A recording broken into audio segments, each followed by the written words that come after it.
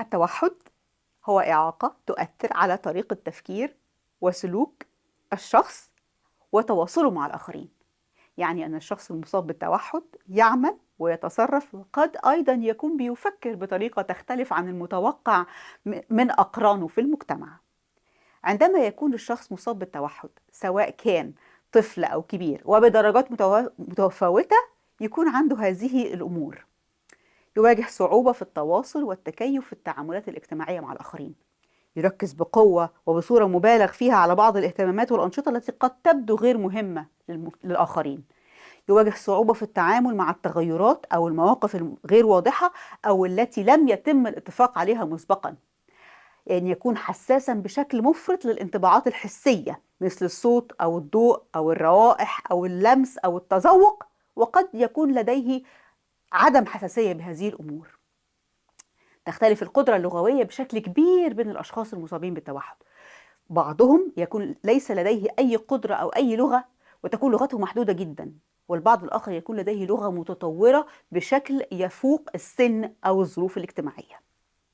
يختلف الأشخاص المصابون بالتوحد فيما بينهم، فقد تبدو الصعوبات مختلفة تماما بين شخص وآخر، وبالتالي يسمى التوحد بأنه طيف ذو ظلال مختلفة، وهذا لا يعني شيء أو لا يمت بصلة لدرجة التوحد. هناك أشياء يمكن أن تكون أكثر صعوبة لدى الشخص المصاب بالتوحد، ولكن هناك نقاط قوة أيضا، على سبيل المثال أن يصل نتيجة اهتمامه بأشياء معينة إلى درجة عالية من التطور فيها. وجود نقاط مختلفة في مجالات معينة ونقاط ضعف في نفس الشخص هو سبب إن احنا بنسمي أن أداء الشخص المصاب بالتوحد أداء غير متساوي. يمكن أن يكون التوحد عائقا في بعض السياقات، خاصة المواقف التي تتطلب المرونة والتكيف السريع مع المتطلبات الجديدة والمتغيرة. لكن أيضا التوحد ممكن أن يكون ميزة، لأن في بعض الوظائف التي تتطلب التكرار يكون الأشخاص المصابون بالتوحد أفضل ناس للقيام بها. يمكن أيضا أن يتمتع العديد من الأشخاص المصابين بالتوحد بذاكرة جيدة جدا، وهؤلاء يكون هذا مفيد جدا بالنسبة لهم في تعلم السياقات الاجتماعية وفي الاستمرار في الحياة المهنية.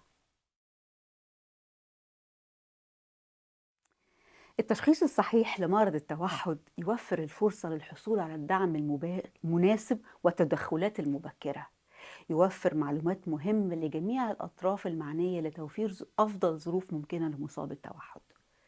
هناك حاجة ماسة للتشخيص المبكر والتدخلات المبكرة وتوفير المعلومات لجميع الأشخاص المحيطين بالإنسان المصاب. هذا يساعد في توجيه كمان الأطفال المصابين بالتوحد نحو الدعم والخدمات المناسبة منذ سن مبكرة، مما يساعدهم على تحقيق أقصى إمكانياتهم والتكيف بشكل أفضل مع التحديات التي تواجههم. ويمكن أن يكون هناك عواقب سلبية بعيدة المدى إذا لم يتم التشخيص بشكل صحيح أو في وقت صحيح، لأن إذا تم التشخيص في مراحل متأخرة من العمر، على سبيل المثال تزيد صعوبات الطفل في المدرسة، يزداد الغياب من المدرسة، يمكن أن يواجه الطفل مشاكل نفسية مثل الاكتئاب والقلق، حيث لأنه أثبت أن عدد الأطفال المصابون من MPF يكون مرتفعا في الحالات التي تصاب بأمراض نفسية.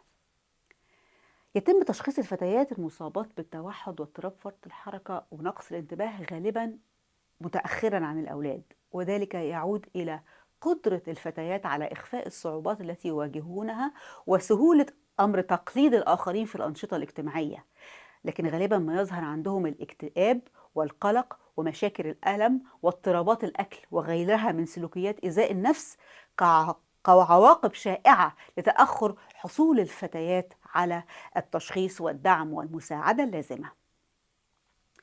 تظهر الفتيات غالبا بمظهر هادئ في المدرسة ويتكيفن بشكل غير طبيعي وقت وجودهم في المدرسة، لكن بمجرد العودة إلى المنزل يحدث الانفجار والتصادم.